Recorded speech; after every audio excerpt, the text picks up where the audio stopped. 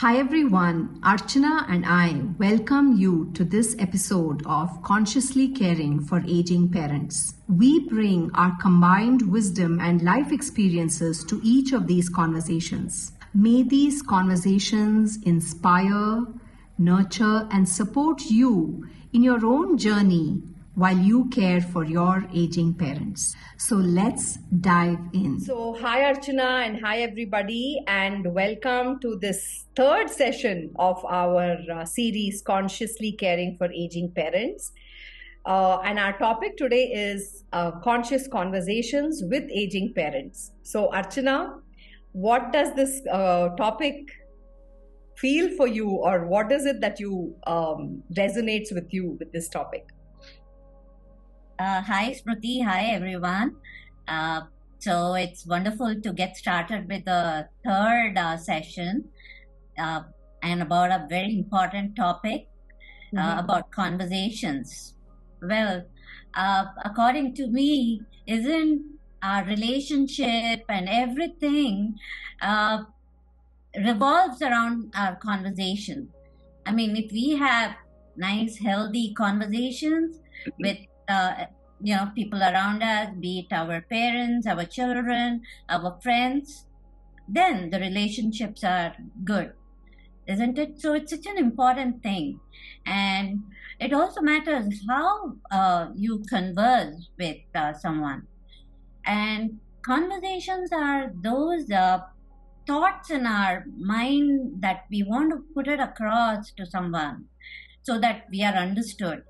And it's very important how we put it across and how people understand you and how from there it's taken forward. So that is what it all means to me about upkeeping the relationship. Sometimes due to bad conversations, it can even break relationships. So it's a very important and sensitive subject. Yes, I completely agree with you. And I think, I mean, of course, conversation need not be just talking, it can also be the listening part of it. So, yeah, it's so rightly said, Archana, by you. And I feel like what we are trying to talk here is, first of all, the importance of conversation. And like you rightly said, it's the foundation for relationships, just for us to know what is it that this other is thinking, what is happening, what are their likes, what are their dislikes, and things like that. But how does one make it a conscious conversation, and what is really a conscious conversation, right? Like we've spoken in our whole episode so far, the past two episodes, when you are consciously healing and in your inner journey, the talking that is coming out is not just a kind of a voice to the thoughts that are coming. So it's not like you're vomiting out everything that comes to your head, but you are meeting the person where they are and meeting yourself where you are. So conscious conversation is basically being conscious of what you're saying, being conscious of what it's doing to the other and to yourself. And like you rightly said, our intention behind a conscious conversation is to build connection. Let's start with day-to-day conversations, Archana. I know that you have conversations with your dad often, and I have conversations with my mom very often, and my dad often too. And how can we enrich these conversations? Many times when you're having a conversation with an aged parent or any aged person, you might notice that they tend to repeat themselves quite often. It can be a little annoying for those who are listening, and it can cause a little bit of anger. Why is this a parent of mine repeating it so many times? I heard, I understood. So, but still, why is he or she saying it so many times?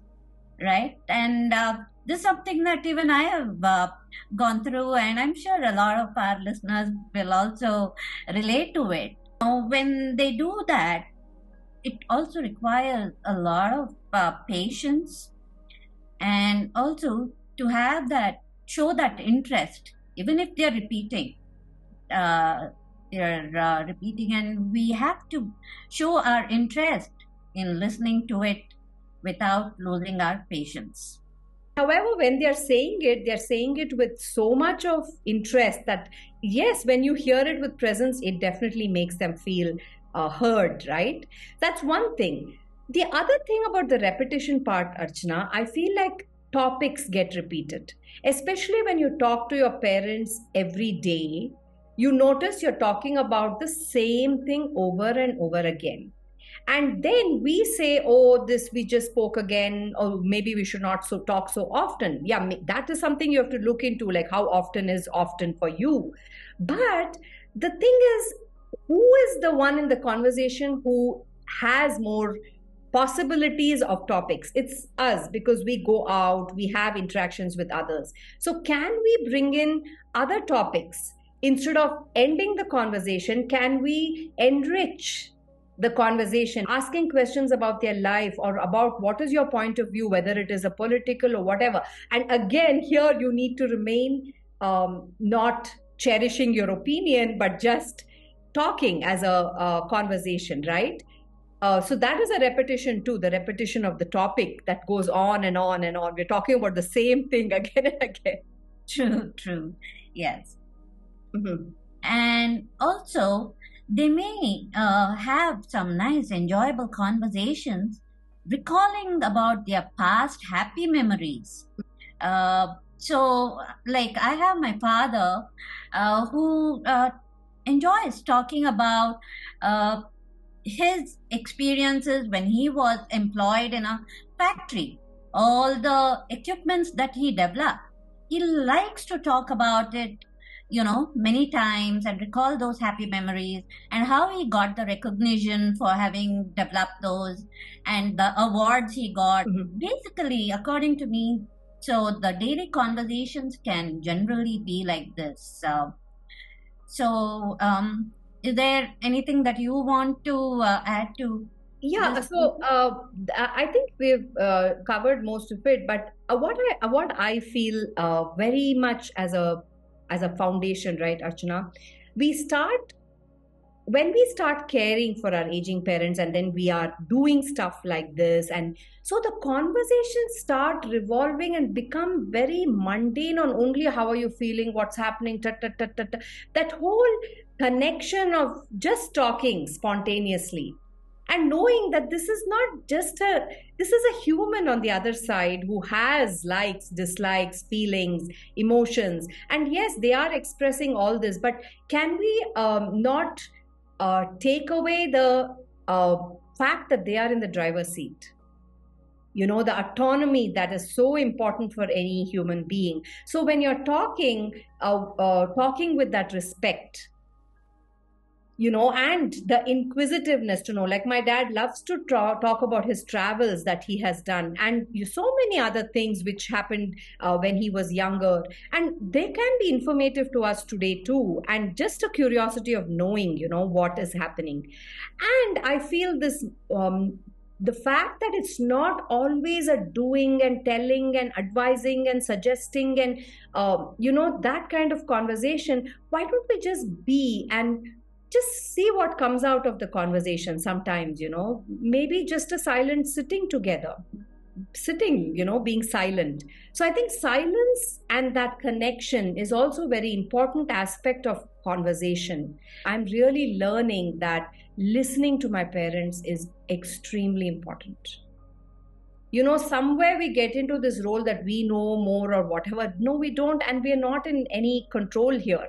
We are just supporting each other in our planes of development. So I think that listening aspect to our parents in our day-to-day conversations, that's one thing. The other thing I'd like to add is having a boundary for ourselves. When are we ready to talk? How much are we ready to talk? Because I think we don't set that boundary, and then we get irritated with our parents. So if we set a boundary and we make it, we communicate our boundaries well, then I think we can have a better connection and have conversations which are conscious on a day-to-day basis. We'll move on now to difficult conversations.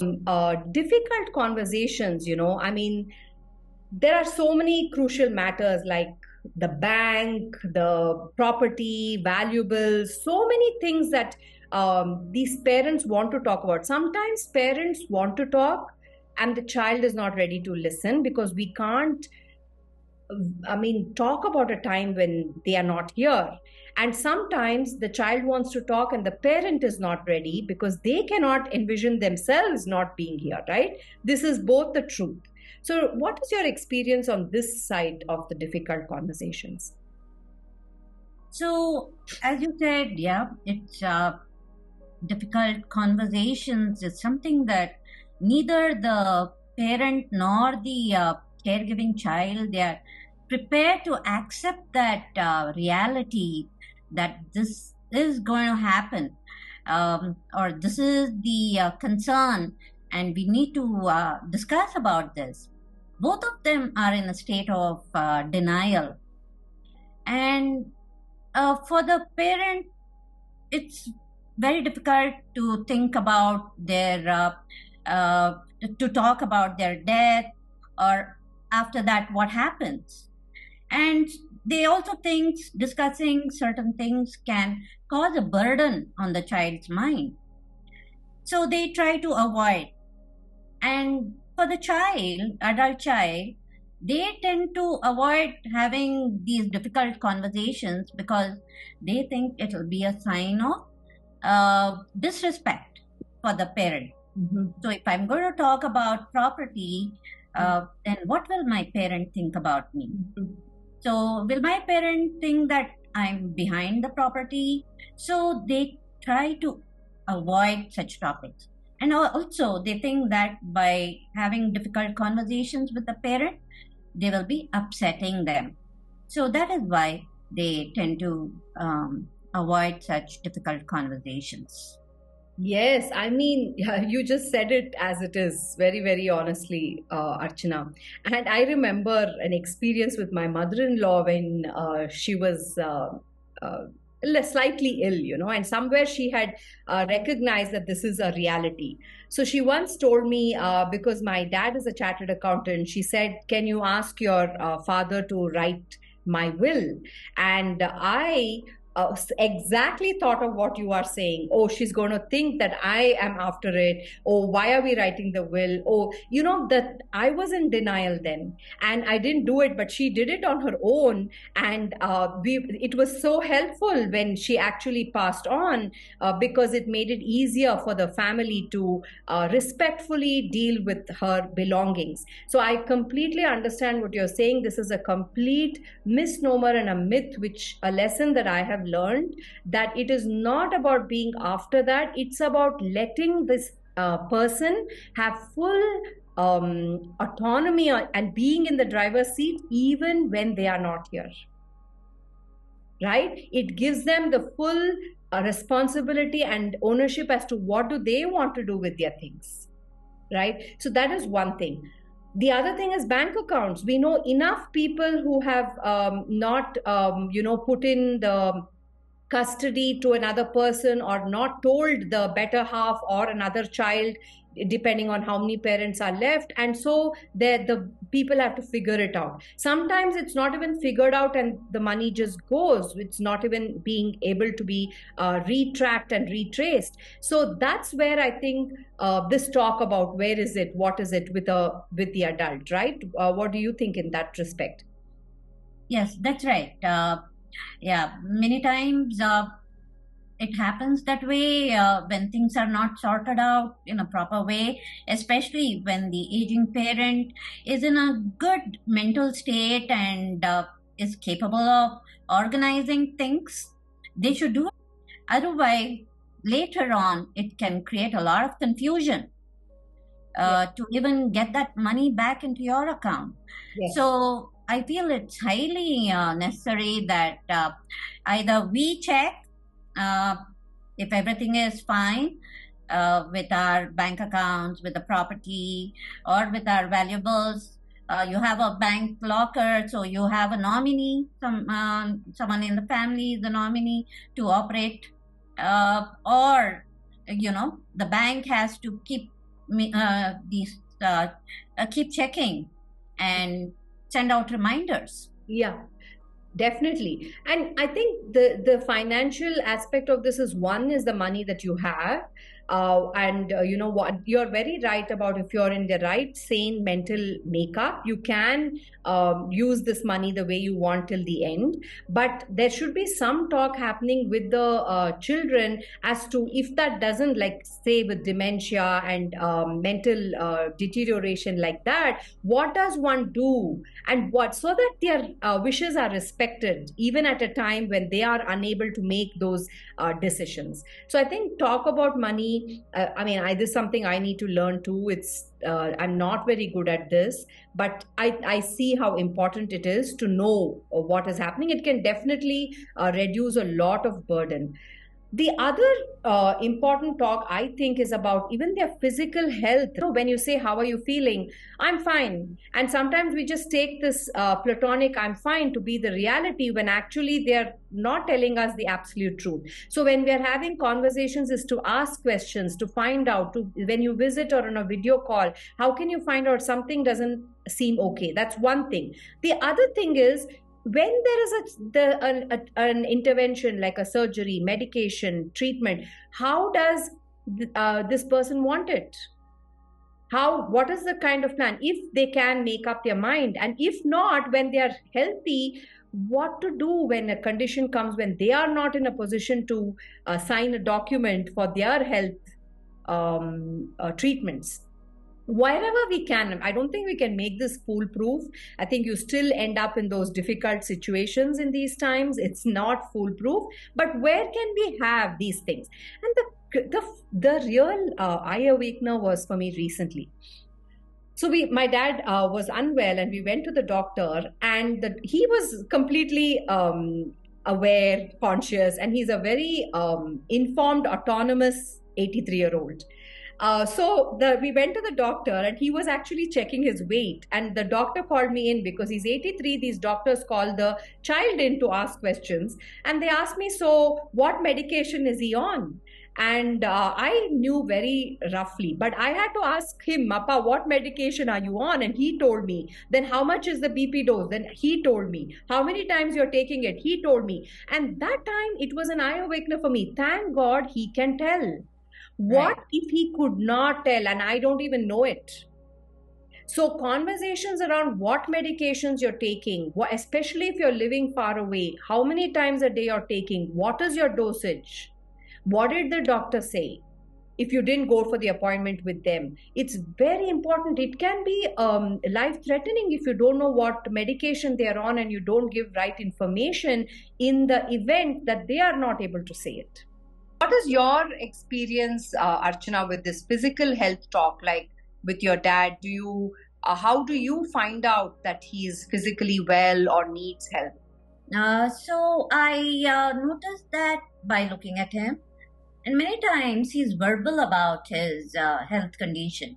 I think you brought a very good point, and that is observation, because many times our parents are not able to tell us, or they've told us and it's skipped our conversation. So I think being observant about these things are very helpful. So in our daily conversations, we could include things like, how did you sleep? What have you eaten for lunch today? Or, if they say that the quantity I ate is very less, then maybe that's something to, keep a track of. It may be just a one-off thing, or it may be something that's prolonged. So I think that will probably give us a rough idea about what their physical health is, right? So coming back to the next topic, that is how do we have conversations around mental health? Because at this age, it's some of them can tell us how they feel, and some of them don't, and some of them tell us and we still don't get it. And we were speaking offline about how our parents express their fears, and the diminishing of the abilities being a kind of a dampener for them in the present moment. So I remember this again, just as we were getting tests done for my dad when he was having these issues. I remember him sitting at the sofa just outside the ECG counter and telling me, these days I don't feel as confident as I felt before. I could do everything on my own. I could come for these tests on my own, and now I don't feel that confident.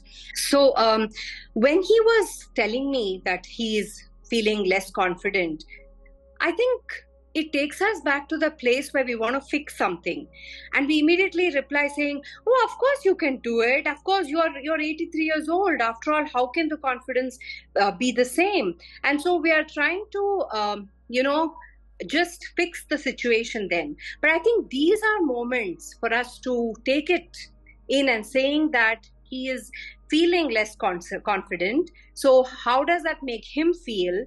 And letting him talk more about it rather than putting a lid on it by just saying, "Oh, after all, at 83 years, of course, you're doing so much," or whatever we say. So I think mental health talk is initiated by them. They may say, "I'm not feeling too well today. I don't feel like watching TV. I don't feel like talking." So these are all signs that can tell us that there's something going on with the mental health. We have to be quick enough to notice that there's something and, give it that time and space. Yeah, or if it doesn't settle, then what is the intervention that we need to do, right? Like in case they need some. And many a time, what I have noticed is they are seeking conversations. They are seeking human connections. That's exactly what they are seeking in these moments. And so, can we do that, or is it that we really need the help of a professional to help them through these times? Because that can also be the necessity at the moment. So, of course, there we come to this talk, no, Archana, because there's a resistance to therapy. That's true. So, yeah, so though therapy can be very helpful for the senior, it is resisted. So what is your experience with that?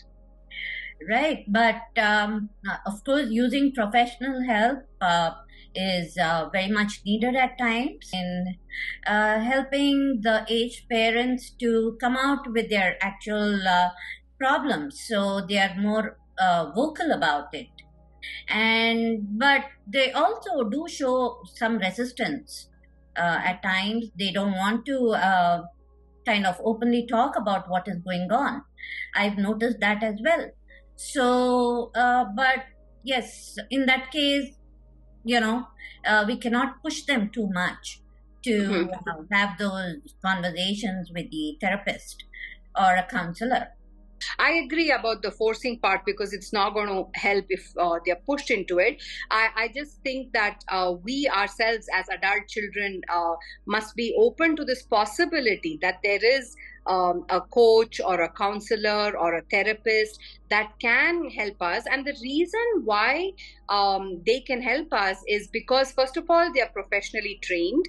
Secondly, they are removed from the situation. They are not connected in the way that we are connected. So anything our parents share with us will be taken pretty personally by us unless we are trained to not do so. So I think they will be able to hear them out without any judgment and going into their backstories, because with adult children, that backstory is an underlying factor in every interaction. So that's about mental health. And I think having some kind of routines, Archana, like maybe meditation, breathing, getting into groups where, like-minded and like age people are together doing something. And usually in apartments, communities, there are such groups where the seniors get together to do activities. So I think encouraging our parents to either take care of that, or if we have time, then doing something with them once in a while, or engaging them and connecting them to podcasts, to YouTube videos that they can watch and learn from, is a very good tool too, for this mental health. And of course, the topic that we are talking today, having conscious conversations with them, will definitely help them with that area as well. So the next topic that I feel is important to talk about, Archana, which I'm sure you will agree, is the living arrangements. Mhm. right? Have you seen there is a shift and change in that living arrangements as they age? Definitely, yes. So, um, earlier it used to be like joint families where the aged parents and the children and their families and the grandchildren, they all live together. But now, with the change in family dynamics, uh, maybe the children move out of the house with their families, or the aged parents have to make an alternate arrangement for their living. So this is happening, and we are all seeing this happening more often, uh, even among our own known circles. Isn't it, Smriti? Yes, absolutely. I mean, I can share my own experience and the conversations that happened and how it took time. So my parents lived in an independent house, which was really huge, and it was already getting difficult for them to do the repairs, the cleaning, and everything. But it was a journey for my parents to be okay to sell that and move closer to us in a smaller apartment, and a lifestyle change for them. But having done that has been so helpful, not only to them but to us. The fact that we can be in more close proximity, especially with today's traffic in Bangalore, and it has given them a sense of ownership for what they have. They can keep a smaller house clean by themselves. They have balconies where they can still be in touch with the outside environment. So keeping what's important for them is very important. And my dad was very clear that it was very important for him to have a space where he can walk. So an apartment where there's an area where he can go and walk was something which is very important. And of course, for my mom, the lift was a very big essential thing. So make sure there's a lift and more than one lift, just in case it doesn't work. So the living arrangement change is now something very essential. Now, in these people's case, they could move to a smaller house. We were there, we are there here and all. But I think another aspect to be very open about a senior living. So if this is not a possibility where there are no people, I think there are so many senior living places which give this, opportunity for them to have the social setting being taken care of. So I know, Archana, you know more about this than I do. So do you want to share a little bit of how that can be so effective for seniors? Right. So now there's something that's come up. It's called as assisted living, and there are apartments right here in our own city, Bangalore. So there are apartments only for senior citizens.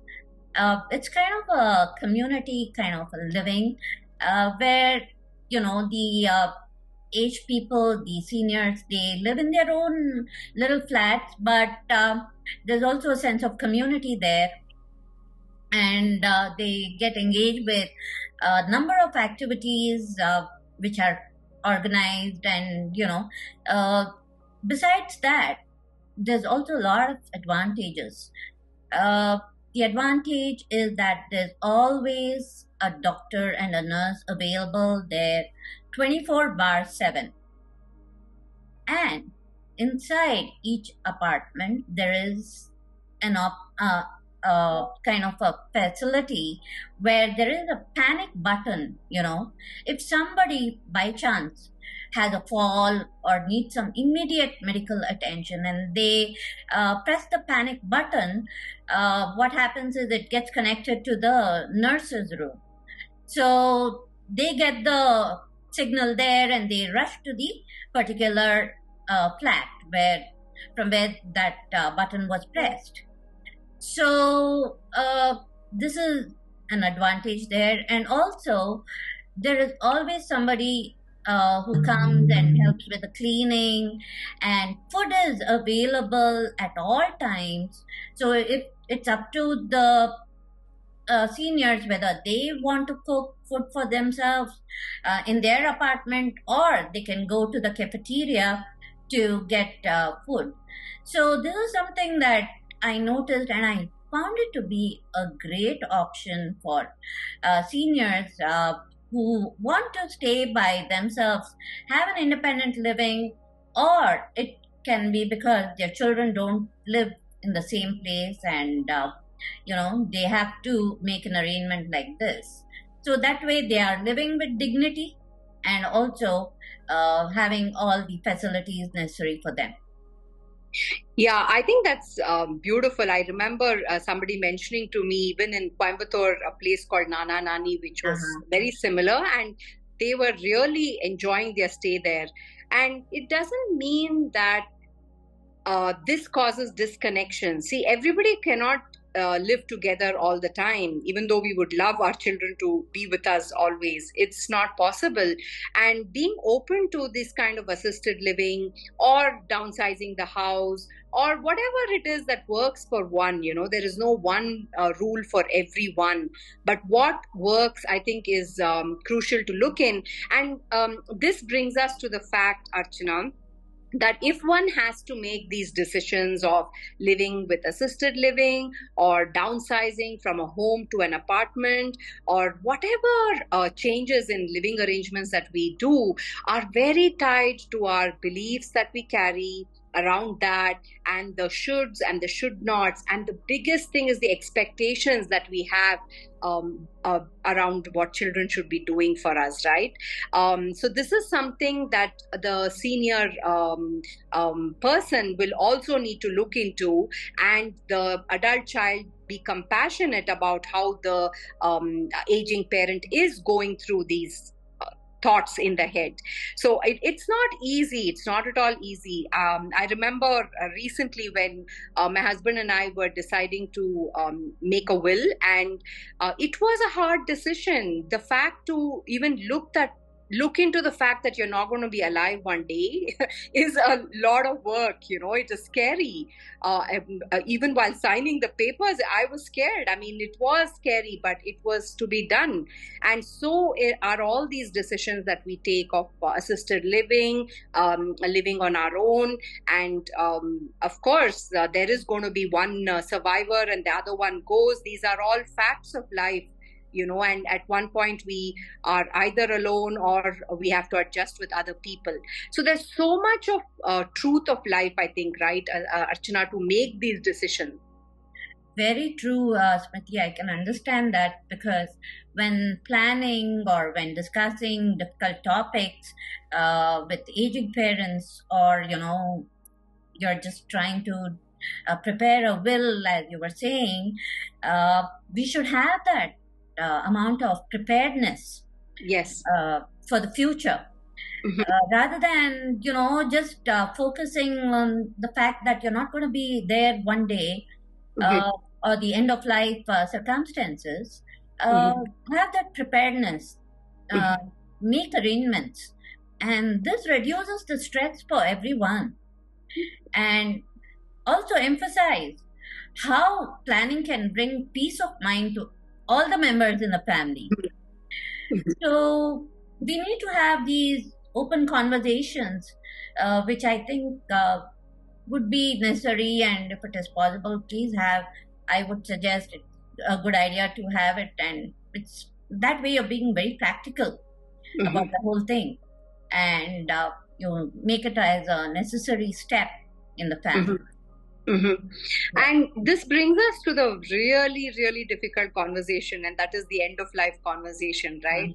Which, it makes me anxious even to talk about it right now. Because, it's not just about you, but even about your parents. It's hard, these end of life conversations. However, just agreeing with what you just said is the preparedness of even that. So taking autonomy even for the end of life, how does one want it to be, and what is the preferences or expectations would make it so much easy for the people who are left behind. But it's tough, and I see that is very tied to our psychological and emotional well-being. If we are attached to the things, it's scary to even talk about a point that at a time that it's not going to be there, right? So I very strongly feel that end of life conversations would be best had with a therapist or a trained person, because they will know how to hold space and give you that time and place to think about it openly, or ask you questions that may slowly wean a person into this conversation. So it's a tough one. I mean, we are grappling with it ourselves, but all I can say is it's one of the important conversations one can have if there is that emotional maturity in the parent and the adult child. So this way, I think we've talked about most important conversations that one can have with an aging parent, and one can be open to if they are willing to have those conversations. Do you want to add anything, Archana, to this? Yes. So parents may feel that, talking about finances and property, or even about death, is kind of, they're losing control, right? So because they're thinking of the final part of their life, that is death, and it may be very difficult. I mean, just imagining that at the moment itself, I can feel how difficult it is to even address that matter. But it is also important to talk about it and not be just quiet about that. But yes, it'll be important. But it has to be done with so much of sensitivity, and also ensuring that the aged parents' wishes are prioritized. So if they feel that they are given that priority, and things will be okay, they're so much at ease, I think, for the rest of their lives, because otherwise they'll always have those concerns. Talking about the fact that these are difficult conversations, I think one has to go to the point that we were wanting to make about meeting them where they are. So I think there's no hurry. There's no need to push anyone beyond to a place where they break. We can move slowly and steadily for ourselves and for our aging parents in the pace that they want to go. And when the opportunity arises, it's like that. I mean, things can just come up when you're talking to people. So being open that this is one of the conversations one can have. And I think meeting the parents where they are and meeting ourselves where we are. Maybe we aren't ready to have that conversation. So it's okay to take that time, that space, and heal and come back. But there is no choice but to work on ourselves. I think that work on ourselves is just a necessity for us to live this human life and go through the phases of life that we are all meant to go through. But also, I think I remember somebody saying the quote that if you're an old person, then the gratitude is just that you even made it till here, right? It's life is not guaranteed for anyone at any age. So the fact that we are aging, or they are aging, and we are still here is a big grace, I feel. What do you think? Absolutely. The same thoughts were running in my mind. It's not just for our age parents, it's for anybody. It's for anybody because, nothing is guaranteed. Life is not guaranteed. Yeah. It's beautiful, Archana. I feel so nice having this conversation with you, and I think this will inform the listeners in some way. And thank you so much for being so vulnerable. And some of these conversations are hard for you and for me, just like how it is for the listeners. So I want to acknowledge that, acknowledge both of us just for having shown up here and talking about these difficult conversations so that somebody else can benefit and start these conversations with other aging parents. So thank you all for listening, and may this conversation be a conversation starter for your aging parents too. And until we meet again, be kind and gentle with yourself and enjoy those conscious conversations. Thank you and bye-bye.